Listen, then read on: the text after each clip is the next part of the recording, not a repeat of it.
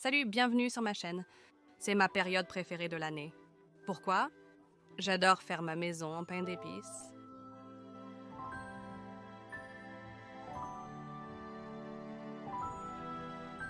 Et ce tutoriel sera en fait en deux parties. Cette vidéo va vous montrer comment faire les véritables biscuits de la maison en pain d'épices. Et ensuite, dans mon prochain tutoriel, je vais vous montrer comment décorer. Donc, si vous avez acheté un pack qui contient les pièces déjà cuites, vous pouvez aller voir mon prochain tutoriel sur la décoration pour avoir quelques idées, mais si vous voulez vous lancer un défi et le faire à partir de zéro, alors voici le tutoriel. Comme toujours, la recette se trouve dans la boîte de description ci-dessous, alors commençons. Ce que j'ai ici, c'est mon beurre dans ma casserole, et dans le beurre va mon sucre brun et le sirop doré. Donc le sucre brun va donner cette belle caramélisation au biscuit, et le sirop doré, cette incroyable douceur. Vous pouvez maintenant le faire au micro-ondes. Je n'ai pas de micro-ondes, donc j'utilise une casserole pour faire fondre le tout.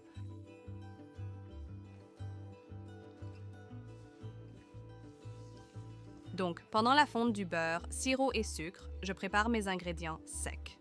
Donc, dans mon bol, j'ai de la farine ordinaire, et à cela, je vais ajouter mon bicarbonate, de soda, et du gingembre et de la cannelle, et je vais simplement mélanger tout cela jusqu'à ce que ce soit bien combiné. J'aime donc utiliser une combinaison de cannelle et de gingembre. Utiliser du gingembre ou des épices mélangées est possible, mais le gingembre me fait toujours rire, car pour ceux ayant vu une de mes vidéos d'il y a quelques années, où j'ai cuisiné avec mes neveux et j'ai donné le gingembre à l'un de mes neveux pour sentir, il n'a pas reniflé. Il est mort, laissant du gingembre partout dans la cuisine. Ainsi, le gingembre me rappelle toujours ce moment.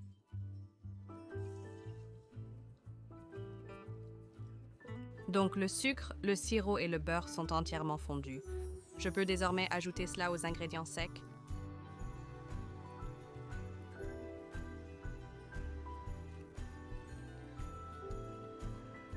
Magnifique couleur brun riche du sucre foncé et ça sent déjà délicieux.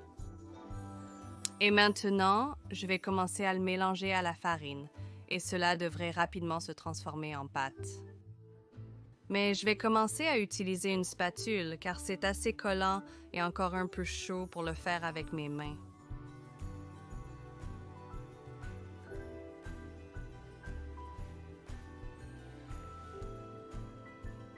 Et vous remarquerez qu'il n'y a pas d'œuf dans cette recette, contrairement aux biscuits au pain d'épices habituels. Parce que c'est pour une maison, elle est conçue pour durer longtemps et être solide. Et s'il y a un œuf, le biscuit est plus doux, et le biscuit ne durera pas aussi longtemps à cause de l'œuf. Donc cette recette est incroyable non seulement pour construire la maison, mais aussi pour durer les quelques semaines précédant Noël.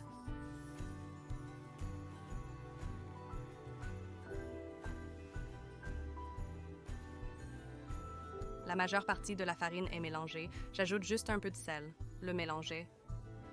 Donc maintenant, je vais juste finir avec mes mains et rassembler toute la pâte.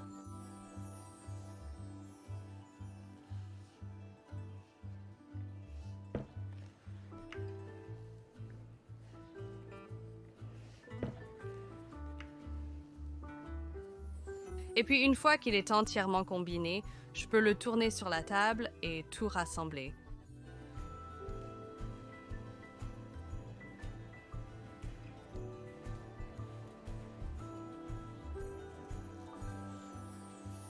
Donc, pour étaler cette pâte, c'est un peu différent d'une pâte ordinaire. Je ne vais pas fariner la surface car cette pâte a tendance à devenir assez sèche. Je ne veux pas mettre plus de farine, ça dessécherait davantage la pâte. Alors ce que je vais faire est en fait d'utiliser 2 morceaux de papier cuisson. Et je ne vais pas étaler toute la pâte en même temps. Je vais le diviser en deux.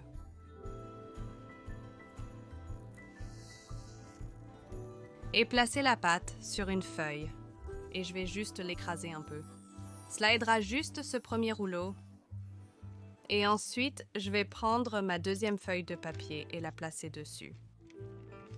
Ensuite, j'étale avec mon rouleau à pâtisserie. Comme je l'ai mentionné, je ne souhaite pas ajouter plus de farine, ce qui empêche généralement qu'il ne colle au rouleau à pâtisserie. Mais si je continue sans le deuxième papier, le rouleau à pâtisserie collera à la pâte. C'est donc une excellente façon d'étaler la pâte sans ajouter de farine supplémentaire.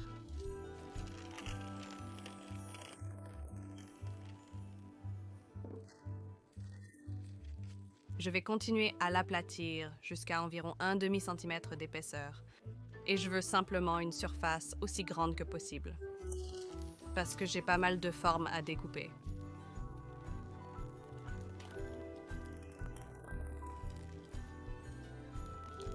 Donc je maintiens la même pression sur mon rouleau à pâtisserie. De côté à côté. Et de haut en bas. Je vais juste vérifier l'épaisseur. C'est bien! Vous ne voulez pas trop de minceur pour assurer la stabilité de votre maison.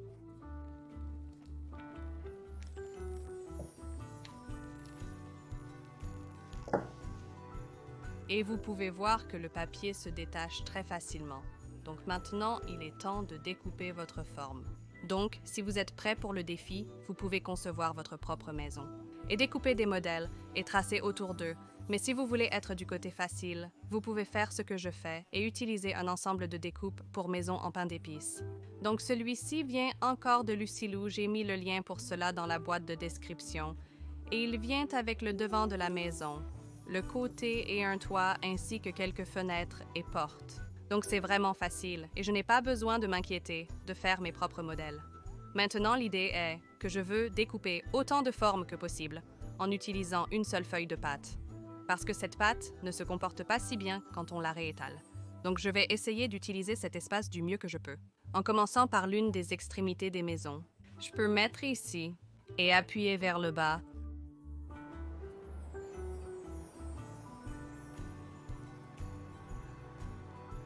Et je sais que j'aurai besoin de 2 murs.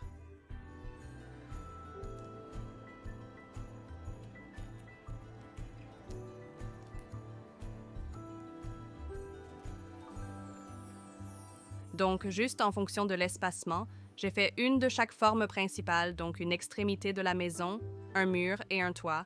Et ensuite, sur la prochaine feuille, je ferai la même chose, parce que nous avons besoin de 2 de chaque pièce. Et je vais découper une porte pour le devant de ma maison.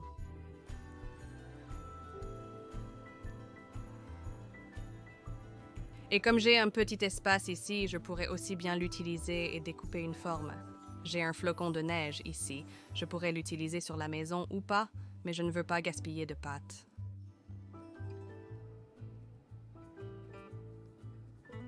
Je peux maintenant retirer toute cette pâte en trop. Vous pouvez voir à quel point c'est déjà friable. Cela a tendance à arriver.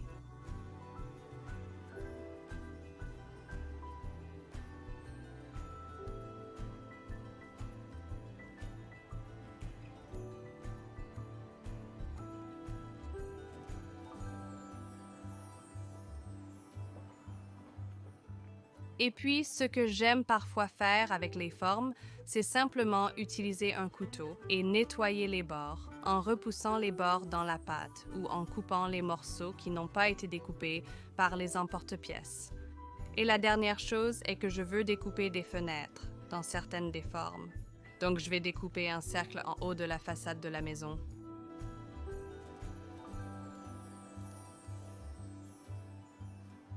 Ça devrait sortir. Et puis là où sera la porte, je vais la rendre un peu plus courte.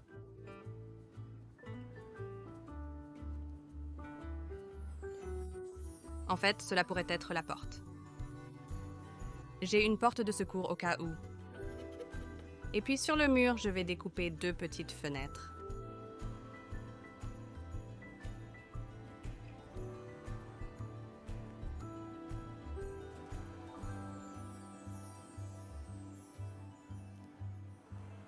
Alors maintenant, je vais soigneusement glisser cela sur une plaque à pâtisserie. Et vous voulez vous assurer que les pièces sont extrêmement plates. Donc je peux voir que la porte est en fait inclinée, donc je vais la déplacer un peu. Coupons cela au cas où j'en aurai besoin d'un autre. Donc c'est la première feuille terminée. Comme je l'ai dit, j'ai besoin de 2 de chaque forme. Donc, je vais étaler et découper la seconde moitié de la pâte de la même manière.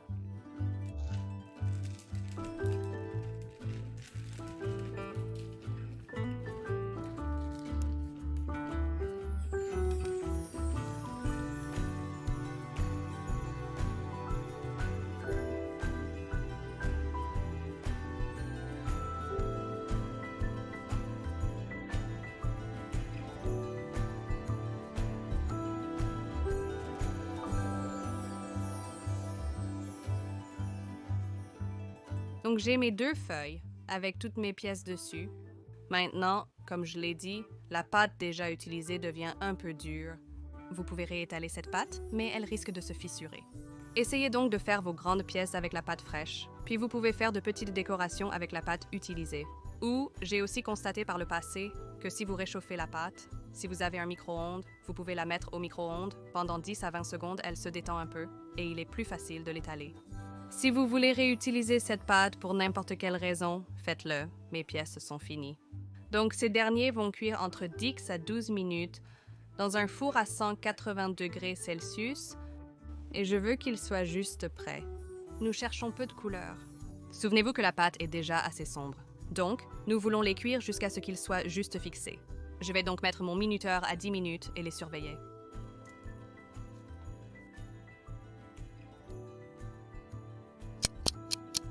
Wow!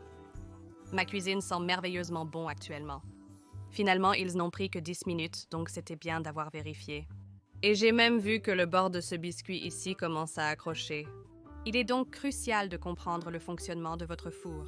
Peut-être que vos plateaux ont besoin d'être tournés à mi-chemin. Alors surveillez vraiment cela, car cela ne prend pas longtemps à cuire. L'idée est donc que nous allons laisser ces derniers complètement refroidir avant de les retirer des plateaux. La raison en est qu'ils sont encore doux. Et si vous essayez d'en prendre un maintenant, il va se casser. Je les laisserai refroidir complètement pendant 5 à 10 minutes avant de les retirer des plateaux. Donc, les pièces ils sont complètement refroidies maintenant. Et vous pouvez voir à quel point ils se retirent facilement du plateau. Et je vais simplement les placer sur une grille de refroidissement au cas où il resterait de la chaleur. Je veux aussi que la chaleur s'échappe par le bas. S'il reste sur le papier, il pourrait redevenir humide. 2 portes. Mes décorations supplémentaires.